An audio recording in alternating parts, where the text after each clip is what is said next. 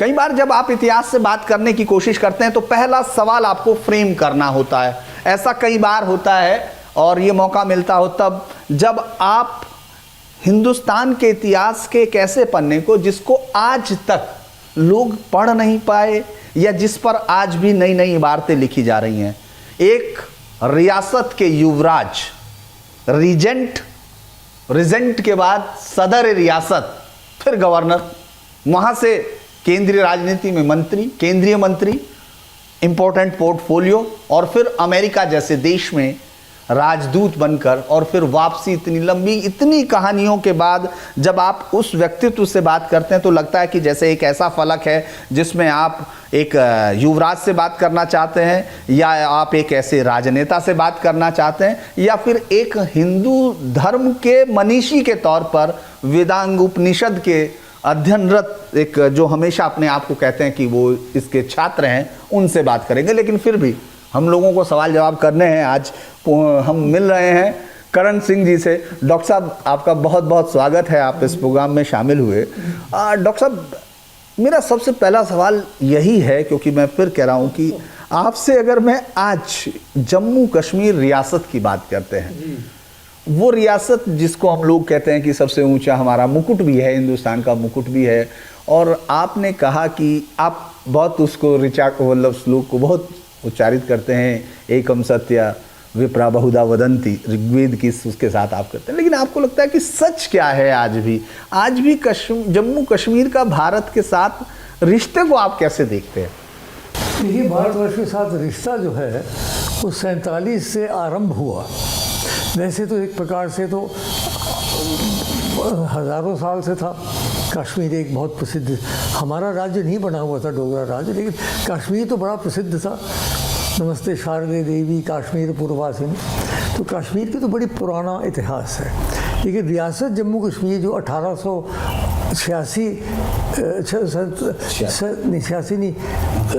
46 से आरंभ हुई, तो उसमें उसका रिश्ता जो है भी रहा अंग्रेज़ों के, क्योंकि अंग्रेज़ी राज्य था, अंग्रेज़ों के साथ रिश्ता रहा। भारतवर्ष के साथ जो रिश्ता बना वो तो 26 अक्टूबर 1947 को बना, जब पिताजी ने हस्ताक्षर किए उसमें।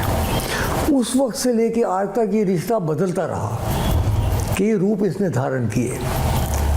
पहले अलग थे, फिर नई चीज़ें बनी, फिर संविधान जम्मू कश्मीर का बना, फिर उसका परिवर्तन हुआ।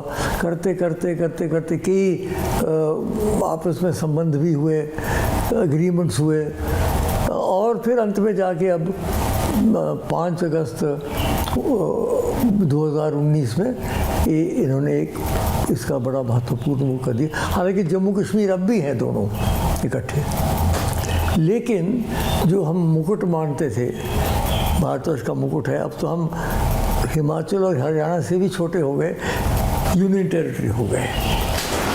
आपकी बात किसी को पसंद नहीं आया जी, आपकी ये बात मुझे कई बार दिखी कि आप उस बात को रिकॉल करते हैं। लेकिन डोगराओं का रिश्ता जम्मू कश्मीर रियासत 1846 से पहले, जी 1846 से पहले, उससे पहले भी आप लोगों का जम्मू कश्मीर के साथ, वैली के साथ कोई रिश्ता रहा? ये पहला रिश्ता है।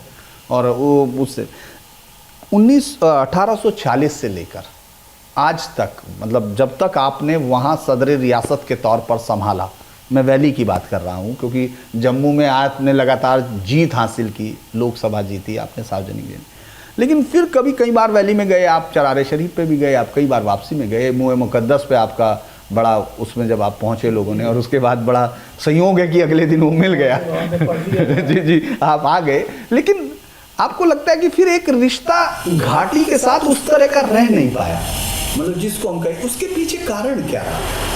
देखिए, ऐसा है कि वादी में जो राजनीतिक परिस्थितियां हैं, राजनीतिक गतिविधि तो आरंभ हुई शेख अब्दुल्ला के साथ 1931 में। इत्तेफाक से जिस साल मैं पैदा हुआ उसी साल उन्होंने मुस्लिम कॉन्फ्रेंस बनाई और रीडिंग रूम का शुरू किया उन्होंने अपना कार्यक्रम। 6 साल रहा मुस्लिम कॉन्फ्रेंस, लेकिन वो आरंभ से ही जवाहरलाल नेहरू के साथ और गांधी जी से प्रभावित रहे। तो 1937 में उन्होंने मुस्लिम कॉन्फ्रेंस का नाम बदल के नेशनल कॉन्फ्रेंस बनाया। मुस्लिम कॉन्फ्रेंस रह गई, जो प्रो पाकिस्तान लोग थे उन्होंने मुस्लिम कॉन्फ्रेंस चलाई और वो अंत में पाकिस्तान में गए। तो शेख अब्दुल्ला फिर जब तक वो चलता रहा तो उनको जो कांग्रेस की आइडियोलॉजी थी उसके साथ अच्छा रिश्ता था। स्टेट्स पीपल्स कॉन्फ्रेंस होती थी, आपको याद है, जैसे कांग्रेस होती थी अंग्रेज़ी भारत में, तो रियासती भारत में एक कांग्रेस बनती, उसके अध्यक्ष भी बने शेख अब्दुल्ला। तो उस वक्त तक तो अच्छा ही रहा संबंध। और एक बात मानना पड़ेगा कि 47 में जब हमला हुआ तब शेख अब्दुल्ला भारतवर्ष के साथ खड़े रहे, ये मानना पड़ेगा आपको। देखिए ना, कई लोगों ने अब उनको बिल्कुल वो जैसे आप कह रहे हैं वोल्डेमॉर्ट बना दिया, लेकिन ऐसा नहीं है। जब 47 में हमला हुआ उन्होंने कहा कि मैं कश्मीरियों को इकट्ठा करके कि शायद लाठियाँ हमारे पास हो, कुछ भी हो, हम उनका मुकाबला करेंगे, उनकी और उनकी पार्टी ने। तो उस वक्त तो उन्होंने हमारा साथ दिया और उसी से जवाहरलाल जी को बहुत शक्ति मिली कि देखिए जम्मू कश्मीर की जो एक मुस्लिम मेजॉरिटी स्टेट है उसमें भी बहुत सारे लोग हैं जो भारतवर्ष के साथ जाना चाहते हैं। तो लेकिन धीरे धीरे वो जो फिर बहुत सारी बातें चली, उसमें मैं जाना नहीं चाहता। प्लेबिसाइट की बात चल रही थी, प्लेबिसाइट, फिर उसके बाद ऑटोनॉमी की बात चल रही थी। वो धीरे धीरे उनकी ऑटोनॉमी जो है वो कम होती रही। तो जितनी वो कम होती रही उतना ही उनका रुख जो है बदलता रहा। एक जम्मू कश्मीर रियासत के सदर के तौर पर, और चूंकि वो आपके पास विरासत में थी, उसके आप युवराज भी रहे हैं, लेकिन एक इतने बड़े हिंदुस्तान जिसमें 507 रियासतों से ज़्यादा, 540 रियासतों से ज़्यादा ने विलय हुए, आपके साथ तो एक्सेशन का हुआ, वो नहीं हुआ, लेकिन आपको लगता है कि उस वक्त एक अलग स्टेट के तौर पर जो बातचीत की गई कि आपको विशेषाधिकार दिए जाएंगे, जिनको लेकर अगर हम आज की पीढ़ी पर बात करें, आपने तो नेहरू की पीढ़ी से शुरू किया, लेकिन हम आज जब 75 साल अमृत महोत्सव मना रहे हैं तो देश का आइडिया एकदम अलग दिखाई देता है। वो कहता है कि कश्मीर को जिस तरह की विशेष रियायतें दी गई, जिस तरह की उनको स्पेशल स्टेटस दिए गए, उसके बावजूद वहाँ हिंदुस्तान को लेकर जिस तरह का एक आतंकी माहौल बना, सेपरेटिज्म बना, उसके पीछे कारण क्या है? क्योंकि ये बहुत बड़ा कन्फ्लिक्ट है। आपने नेहरू जी के साथ और आपके जैसा, मतलब आपने चूंकि बहुत विरोधों को साधा भी है, क्योंकि पंडित नेहरू जी आपके मेंटोर रहे, जैसा आप अक्सर बोलते हैं, बहुत ही आपको लाइक भी करते थे। वही पंडित नेहरू शेख अब्दुल्ला के बहुत करीबी रहे, बहुत ही उनको लाइक करते रहे, और कई फैसले ये कहते हैं आजकल लोग कि उनके प्रभाव में लिए गए जिनका आज तक हिंदुस्तान को नुकसान उठाना पड़ा। एक तो ये समझने की बात है कि क्यों जम्मू कश्मीर से अलग बातें की गई, क्योंकि हमला हो चुका, लड़ाई चल रही थी, युद्ध चल रहा, इसलिए विशेष परिस्थितियां थी जम्मू कश्मीर, और किसी राज्य में ऐसी परिस्थितियां नहीं थी।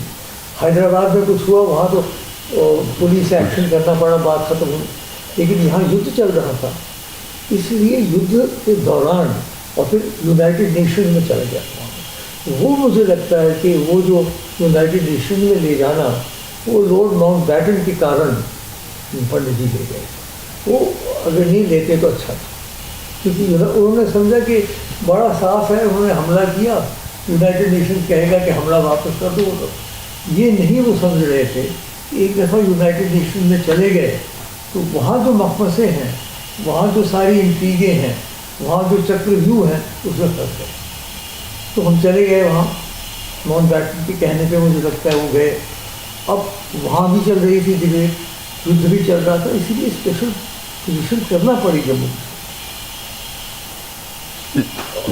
एक ये समझने की बात है, क्यों लोग कहते हैं क्यों अलग किए थे, कारण, और किसी रियासत में ऐसी परिस्थिति नहीं। दूसरी बात ये थी कि प्लेबिसाइट की बात आप लोग समझते कि कुछ नहीं, कहाँ प्लेबिसाइट हो, ऐसी बात हो गई थी, प्लेबिसाइट एडमिनिस्ट्रेटर अपॉइंट हो चुका था यूनाइटेड नेशंस की तरफ से, एडमिरल चेस्टर निमित्स, जिसके नाम वो एयरक्राफ्ट कैरियर है अमेरिकन, वो एडमिरल निमित्स प्लेबिसाइट एडमिनिस्ट्रेटर अपॉइंट हो चुका था। वहाँ तक बात चली गई, प्लेबिसाइट अगर होता कौन हमें जिता सकता था, मुस्लिम वोट कौन दे सकता था? शेख अब्दुल्ला। तो शेख अब्दुल्ला पर भी निर्भर हुआ, कहते हैं निर्भर, ये कारण था कि प्लेबिसाइट किसने जिताना था हमें? मुस्लिम बहुमत रियासत थी, कोई ना कोई मुसलमानों को वोट तो चाहिए था ना, केवल जम्मू के वोट से तो जीत नहीं सकते थे। शेख अब्दुल्ला ही सामने थे, इसीलिए पंडित जी ने उनको गले लगाया। ये समझने की बात है, आज की पीढ़ी समझती नहीं है कि कारण क्या है। जो आप कहते हैं बहुत सारे फैसले हुए, उसका कारण है कि शेख अब्दुल्ला वो प्लेबिसाइट वाला कार्ड खेलता रहा। जैसे उन्होंने मेरे पिताजी को कहा कि आप रियासत के बाहर जाइए, बताइए, उनकी रियासत है, वो मेरी और मेरी पिताजी माताजी दोनों को कह दिया गया सरदार पटेल जी की तरफ से आप उस देश के लिए बाहर रहिए। और वो 6 महीने के लिए बाहर क्या रहे, अंत में उनकी अस्थियाँ ही वापस आई और कुछ नहीं आया। ये सब शेख अब्दुल्ला के प्रभाव से भी, अब ठीक कह रहे हैं, लेकिन प्रभाव क्यों था उसका कारण मैंने आपको समझाया।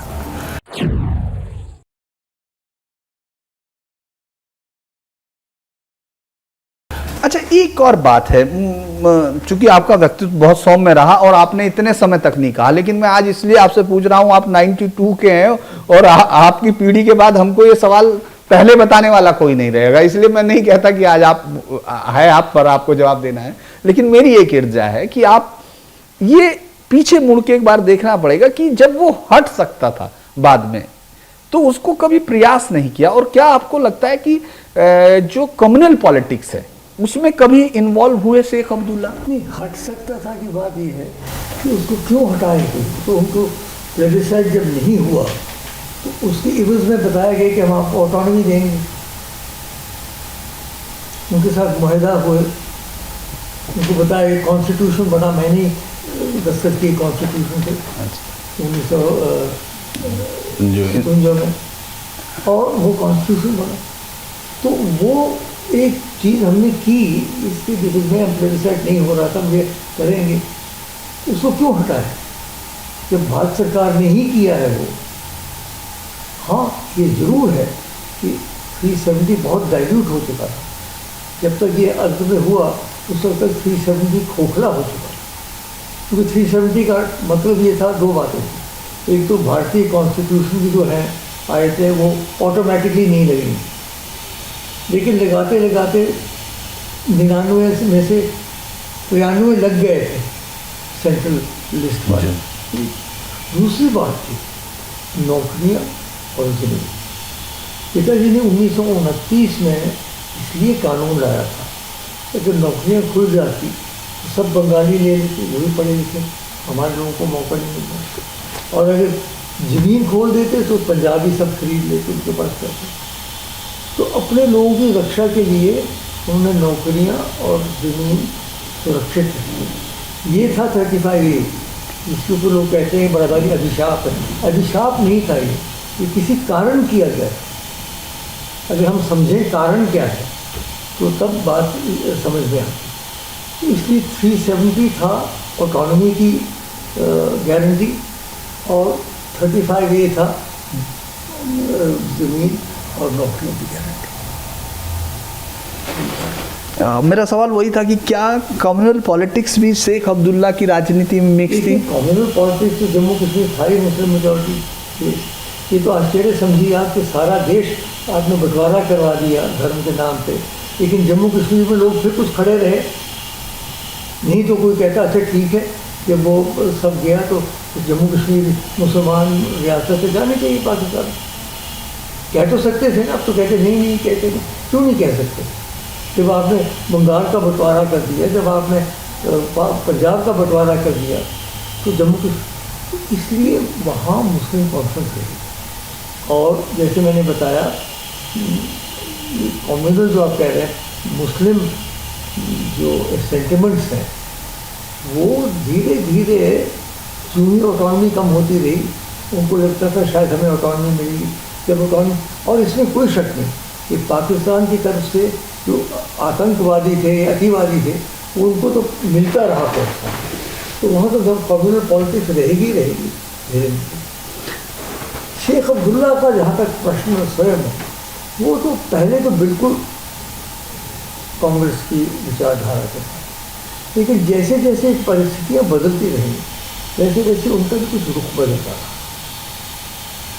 क्योंकि उनको वो मैच लीडर थे, वो जानते थे मैं लोगों को कैसे साथ रखूं, तो वो भी थोड़ा बहुत अपना रुख उन्होंने बदल दिया था।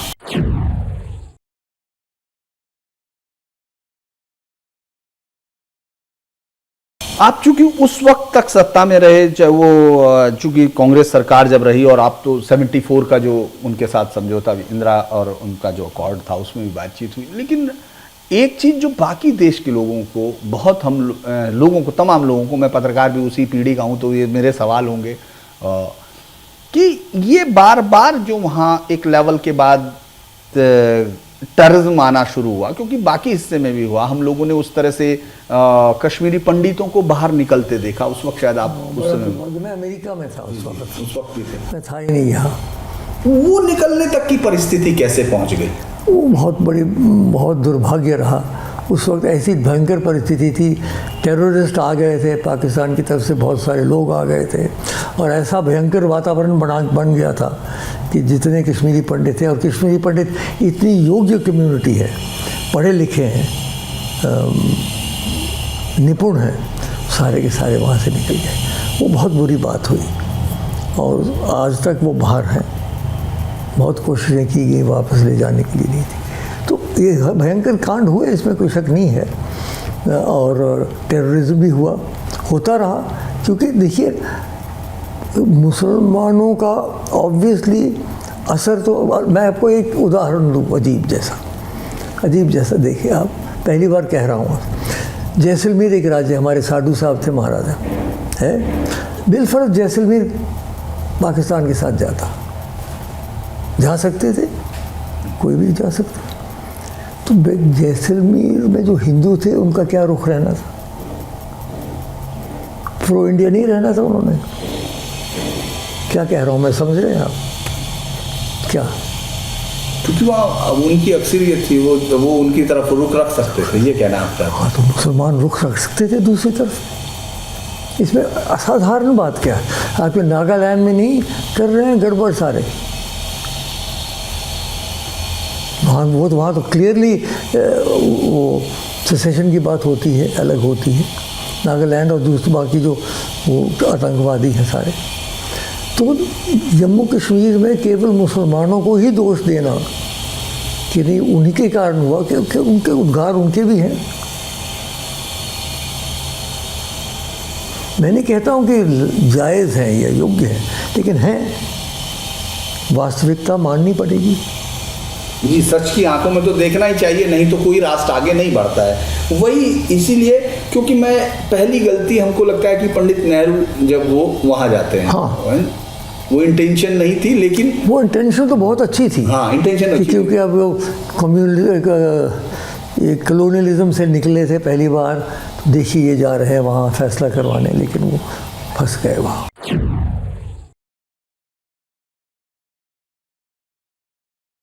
फिर आप जब 71 की बात करते हैं, जब वो शिमला तक आ गए, जो सबसे बड़ी कामयाबी इस देश की, दुनिया के किसी देश में 96,000 मंत्रिमंडल में था। जी, मैं यही पूछ रहा हूँ, लेकिन आपके होते हुए वो बिना कोई हम रियायत हासिल किए हुए उनको जाने देते हैं, ये क्या कारण? हाँ, उसमें देखिए ना, ऐसा है कि मुझे नहीं ले गई इंदिरा जी शिमला, मैं भी कैबिनेट में था। डीपी धर को ले गई, पीएन हक्सर को ले गई, पीएन धर को ले गई, आरएन कौल को ले गई, टीएन कौल को ले गई। अधिकतर, अजीब तमाशा, अजीब बात है, इत्तेफाक है, अधिकतर कश्मीरी पंडितों का सारा ग्रुप उनके साथ था, और उन्होंने वाकई भुट्टो को रियायत कर दी, छोड़ना नहीं चाहिए था ऐसे। हालांकि वो बड़ी सख्त लेडी थी, पता नहीं कैसे उनको कहा गया इनकी एडवाइज़र ने कि नहीं भुट्टो की मदद करो थोड़ी, नहीं तो ख़त्म हो जाएगा ये वो मौका फिर से नहीं मिलेगा कभी। उस वक्त हमने करवा लेना चाहिए था जो करना था।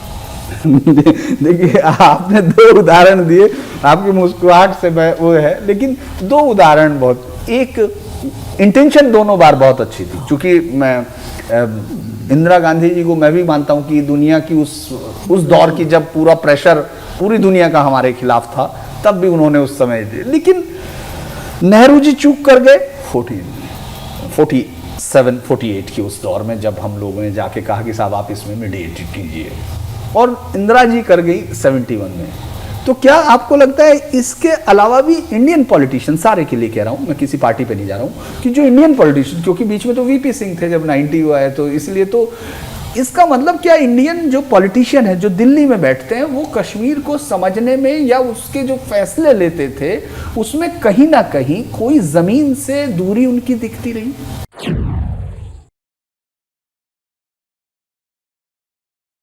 तो लोग बहुत सारे एजेंसी थी, हाथ में रॉ है, ये आईबी वगैरह है, लेकिन उनको पूरी जानकारी शायद कभी मिलती नहीं थी, और अपना वो जो विचार बनाते थे उनमें आइडियोलॉजिकल चीज़ें भी रहती थी उनकी। इसलिए इसमें कोई शक नहीं कि दिल्ली से जम्मू कश्मीर की राजनीति चलाना था, क्योंकि इसकी इतने पेश हैं। देखिए जम्मू की अभी तक हमने बात की नहीं, जम्मू कश्मीर डोगरों को हमेशा ये रहा कि हमने ये रियासत बनाई। एक तो मैं बात कह दूँगा आपके श्रोताओं को, डोगराज ने जो काम हमने किया, और जो महाराजा गुलाब सिंह के वक्त हम भारतवर्ष की सीमा को बढ़ाया, तो किसी ने और नहीं, मैं दावे से कहता, हमने रूस और चीन तक, हमें लद्दाख और गिलगित और बल्तिस्तान फतेह, और ऐसे नहीं फतेह हो गए, लाखों डोगराज ने अपनी जान दी हिमाचल प्रदेश और जम्मू के लोगों ने, तो उसकी कभी कदर नहीं होती। बड़े बड़े योद्धा हुए, महाराणा प्रताप हुए, छत्रपति महाराज हुए, बड़ी प्रशंसा होती है और होनी भी चाहिए, लेकिन हमारे पूर्वजों ने जो जम्मू कश्मीर की सरहद बताई, हमारी प्रशंसा क्यों नहीं होती? ये मैं प्रश्न पूछना चाहता हूँ। मैं आप ही के पास आ रहा था, इसी सवाल के साथ आ रहा था, क्योंकि आप जम्मू के साथ आपका स्नेह बहुत ज्यादा था, इसलिए आप पहले आ गए। मेरा सवाल ये था कि जो इतिहास में जगह मिलनी चाहिए थी, जोरावर सिंह जी थे, ये तमाम लोग जिनको आप लोग, जोरावर सिंह विश्व के एक मिलिट्री कमांडर माने गए हैं। अब हम कोशिश कर रहे हैं, हमने रिसर्च इंस्टीट्यूट बना रखी है, हम सेमिनार कर रहे हैं महाराजा गुलाब सिंह को।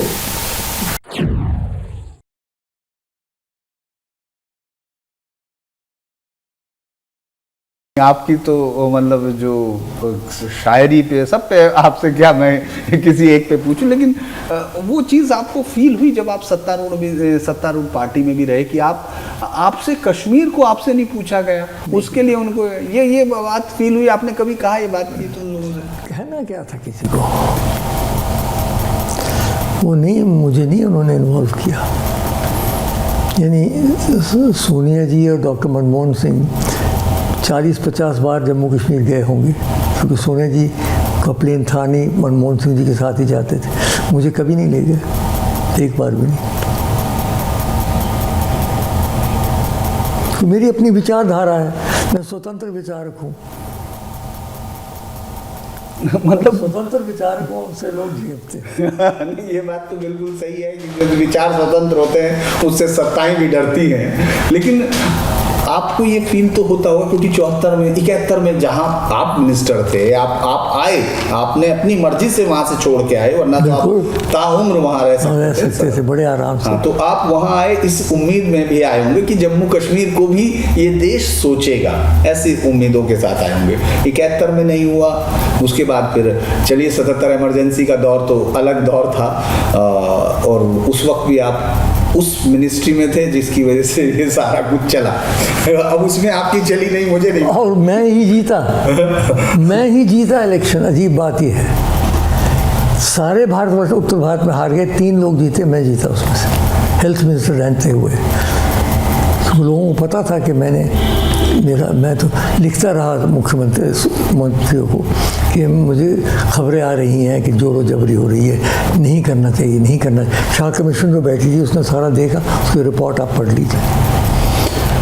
क्योंकि आपने लिखा इतना सारा है, आपके लेटर्स जो नेहरू जी के साथ हैं, फिर वो 27 वुमेन्स जो मैं ऑटोबायोग्राफी, एक और 2 सवालों के साथ फिर मैं यहाँ से उठूंगा क्योंकि मैं आपका समय काफ़ी ले रहा हूँ। लेकिन एक चीज़ मैं कई बार पूछता हूँ, जो ये डोगरा रियासत ने क्या उन तमाम जो करकोटा डायनेस्टीज के मंदिर थे, अब आजकल ये भी सवाल आम जनता में है, इसलिए मैं आपसे पूछ रहा हूँ कि वो जो सूर्य मंदिर थे, मार्तंड के सूर्य मंदिर, या जो तमाम चीज़ें जो अब बहुत ही खराब स्थिति में हमको देखी, क्या वो ठीक कराई? दो प्रकार जी जी जी। जो तो पुराने मंदिर थे वो तो खंडरात हो चुके थे, उनका पुनर्निर्माण संभव नहीं है। अब मार्तंड मंदिर को आप फिर से नया बनाने की कोशिश करेंगे, बन नहीं सकेंगे, न वो पत्थर मिलेंगे और न कभी आर्कियोलॉजिकल सर्वे हाथ लगाने देगी। सारी दुनिया में जो प्राचीन मंदिर हैं जो एक जहाँ पड़े हुए हैं वहाँ पड़े हुए हैं। हाँ, 2-3 मंदिर हैं अब भी पुराने। एक तो शंकराचार्य का मंदिर है जिसके चरणों पे हम रहते हैं, हमारा घर वहीं है। एक पांगरेठन मंदिर है उसी के साथ एक कंटोनमेंट एरिया में। ये 2-3 मंदिर हैं अभी पुराने जो अभी चल रहे हैं। खीर भवानी है। तो हमारे ट्रस्ट ने ये किया कि जो मंदिर चल रहे हैं उनको तो हम उनकी तो वृद्धि कर ही रहे हैं, सुरक्षा कर रहे हैं। हमारे ट्रस्ट में कोई 100 के करीब अलग अलग स्थान और मंदिर वो हैं, जम्मू कश्मीर दोनों मिला के, जिनका हम संचालन कर रहे हैं, वो हमने किया। लेकिन पुराने मंदिरों को फिर से जीवित करना संभव नहीं था। लेकिन आपने टाइगर को राष्ट्रीय चिन्ह बनवा दिया, आपने टाइगर नाम के साथ हो रहा। ये थे ना राष्ट्रीय चिन्ह। हाँ, मैं यही कह रहा कि आपने राष्ट्रीय पशु बनवा दिया अपना उपनाम। आपने सोचा कि टाइगर जो है उनको एक टाइगर रखना चाहिए। आप मोड़ के अभी देखते हैं, आपको लगता है कि अब कश्मीर का जो इंटीग्रेशन प्रोसेस है वो एक और वर्ड था कि क्या कश्मीरियत में कभी डोगरा शामिल हुए या कश्मीरियत नहीं हुए? कश्मीरियत शब्द में डोगराओं का कोई रिश्ता नहीं था। ये तो कारण था कि जब उन्होंने क्विट कश्मीर का प्रोग्राम किया कि डोगरे निकल जाएं, मारधाती निकल जाएं, तब तो और भी शगाफ बढ़ता रहा। तो ऐसी परिस्थिति है जो 2019 के बाद हुआ। अभी उसका असर जो है कुछ 2-4 वर्ष के बाद पता चलेगा। जो कहते हैं कि बहुत सारी तरक्की हो रही है, बहुत सारे कार्यक्रम हो रहे हैं, तो वहाँ जाके पूछो, कहते हैं कुछ भी नहीं हो रहा। लगता है कि देर लगेगी, क्योंकि ये एकदम कोई मंत्र तो है नहीं ना सेंटर के पास है, मंत्र पढ़ के तो नई चीज़ें बन जाए। लेकिन वो कोशिश तो कर रहे हैं, और राज्यपाल महोदय तो रोज़ ही ऐलान करते हैं नए नए कार्यक्रमों का, और वो कार्यक्रम जब चलेंगे तब हम देखेंगे। लेकिन इतनी देर में ये है कि राजनीतिक गतिविधि आरंभ होनी चाहिए। अब बिल्कुल बंद है ना, स्थगित है 3 साल से। वो कैसे आरंभ होगी? चुनाव से ही तो राजनीति चलती है। तो चुनाव डिलिमिटेशन तो हो गया है, जो भी हो। अब चुनाव की घोषणा हो जाएगी, पार्टी करना शुरू कर देंगे, अपनी राजनीतिक गतिविधियाँ शुरू हो जाएंगी। परिसीमन से खुश हैं? परिसीमन ठीक हुआ आपको लगता है कि किससे? जो अभी डिलिमिटेशन हुआ, परिसीमन जो है, उसमें हम खुशी और नाराज़गी की बात नहीं है। कुछ बातें तो अच्छी हुई हैं उसमें, जैसे शेड्यूल ट्राइब के पास कोई, हमारे बुजुर्गों को कोई टिकट नहीं देते थे। अब तो क्योंकि शेड्यूल ट्राइब है तो कॉन्स्टिट्यूशन में देना ही पड़ा 1%, 9 सीटें उनको मिली, जो पहले बिल्कुल एक भी नहीं थी। तो वो तो अच्छा हुआ। कुछ उन्होंने थोड़ा सा हिस्सा जम्मू का लगा के अनंतनाग के साथ मिला दिया, वो मुझे पूरा अच्छा नहीं लगा। लेकिन कमोबेश जो हो गया सो हो गया। अब उसकी चुनाव तो हो देखते हैं। एक आखिरी सवाल के तौर पे, आप अपने आप को इन तमाम चीज़ों से अलग रख के विदेह की तरह अगर आप देखते हैं तो आपको क्या लगता है कश्मीर की ये जर्नी, जो जम्मू एंड कश्मीर, मैं बार बार कश्मीर बोल रहा हूँ, मैं आपकी बात से मुझे ये सबक लेना चाहिए कि जम्मू कश्मीर की इस यात्रा को आप जो पिछले 47 के बाद की देखते हैं, तो उसको कैसे, मतलब अगर आप समअप करना चाहेंगे कि उसके ऊपर तो महाकाव्य लिखा जा सकता है कि उसमें उतार चढ़ाव भी हुए हैं, उसमें गलतियाँ भी हुई हैं, अच्छी बातें भी हुई हैं, बहादुरी भी हुई है।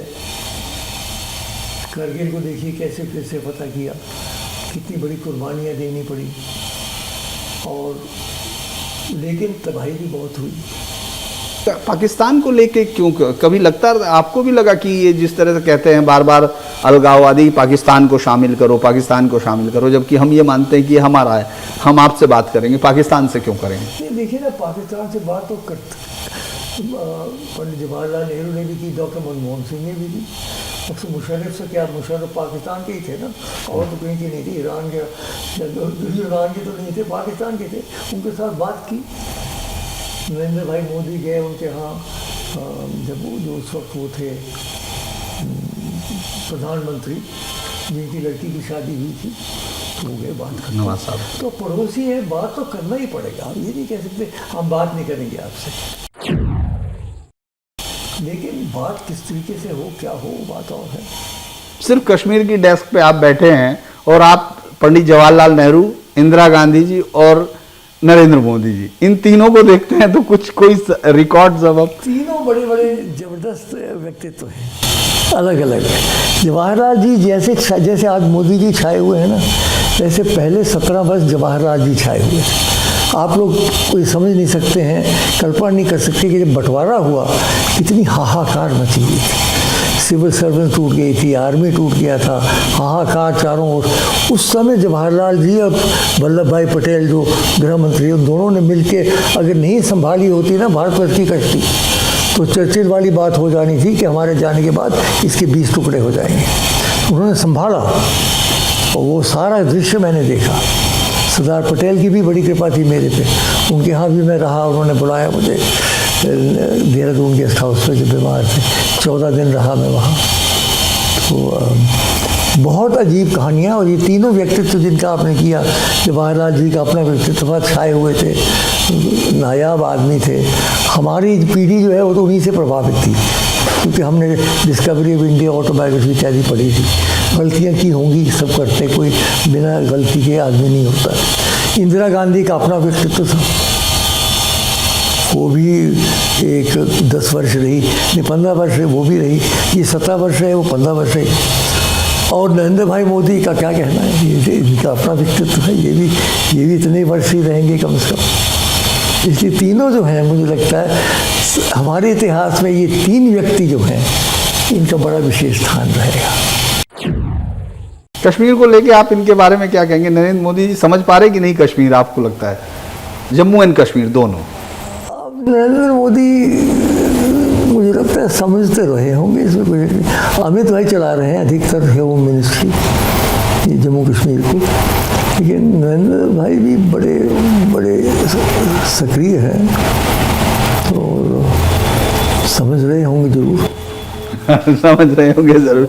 शुक्रिया। आप अक्सर खत्म करते हैं शकील साहब के उस शेर के साथ, भले ही आप चाहे 2018 में जनवरी में अपना संबोधन करें। मैंने यही कहा इनको कि हर चीज़ नहीं है मरकज़ पर, एक ज़र्रा इधर एक ज़र्रा उधर, नफरत से न देखो दुश्मन को, शायद वो मोहब्बत कर बैठे। शुक्रिया। ये यात्रा तो बहुत लंबी हो सकती थी, लेकिन जितना हमको समय मिला हमने कोशिश की कि हम बात कर सकें, लोगों को, जो नई पीढ़ी के लोग हैं वो समझ सकें कि इतिहास से जब रूबरू होते हैं तो उनकी बातों को समझना और सोचना चाहिए। तो मुझे लगता है डॉक्टर साहब के साथ हमारी ये बातचीत बेहद खुशनुमा अंदाज में हुई, और आज के लिए इतना ही। और कभी हम ये उम्मीद करते हैं कि जब डॉक्टर साहब 100 साल पूरा करेंगे तो हम फिर इसी लाइब्रेरी में आकर बैठेंगे और उनसे एक इंटरव्यू लेंगे।